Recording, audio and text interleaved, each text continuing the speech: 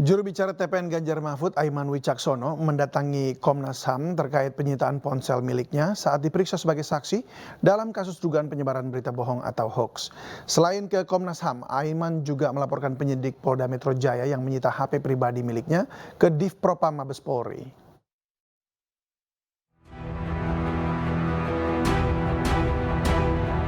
Juru bicara tim Ganjar Mahfud Aiman Wicaksono mendatangi Komnas HAM. Kedatangannya kali ini untuk mengadukan terkait penyitaan ponsel yang dilakukan Polda Metro Jaya dalam penanganan kasus dugaan penyebaran berita bohong atau hoax. Kami di sini mengadukan kepada Komnas HAM terkait dengan kasus yang menimpa saya dalam kaitan ada dugaan pelanggaran HAM dalam penanganan kasus saya. Pengaduan terkait hak asasi Aiman sebagai wartawan sesuai pasal 4 ayat 4 Undang-Undang Pers. Aiman yang pada saat menerima informasi dari narasumber masih berstatus sebagai wartawan.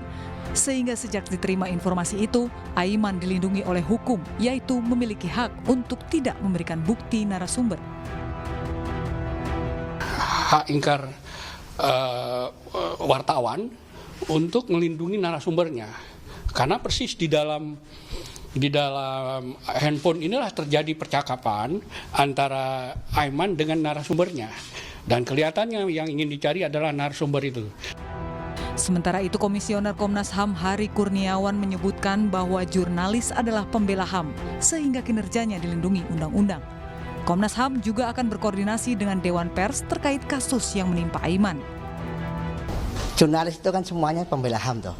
Mas-mas dan mbak-mbak ini semuanya pembela HAM. Jadi ini dilindungi oleh undang-undang tentunya. Kan di pasal 100 Undang-Undang HAM jelas dikatakan setiap orang yang melakukan kerja-kerja pemajuan dan perlindungan terhadap hak asasi manusia itu disebut sebagai pembela HAM. Nah, di Komnas HAM sendiri ada mekanisme pengaturan terkait pembela HAM. Selain ke Komnas HAM, Aiman dan tim hukum TPN Ganjar Mahfud juga mendatangi gedung Divpropam Mabes Polri untuk melaporkan penyidik Polda Metro Jaya terkait penyitaan handphone pribadi miliknya saat pemeriksaan. Dan itu dilindungi oleh Undang-Undang Pers. Tentu kita berharap bahwa dalam penyelesaian ini semestinya dikedepankan penyelesaian berdasarkan Undang-Undang Pers. Nah, ini kita meminta Propam mengevaluasi itu, memeriksa itu, menginvestigasi itu.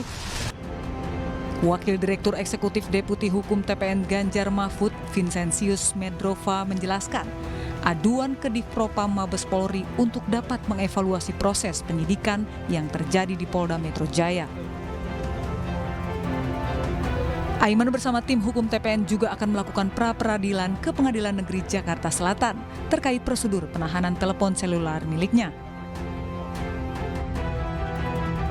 Sebelumnya, jubir TPN Ganjar Mahfud Aiman Wicaksono diperiksa terkait kasus dugaan aparat tidak netral dalam pemilu selama 12 jam di Polda Metro Jaya Jumat lalu.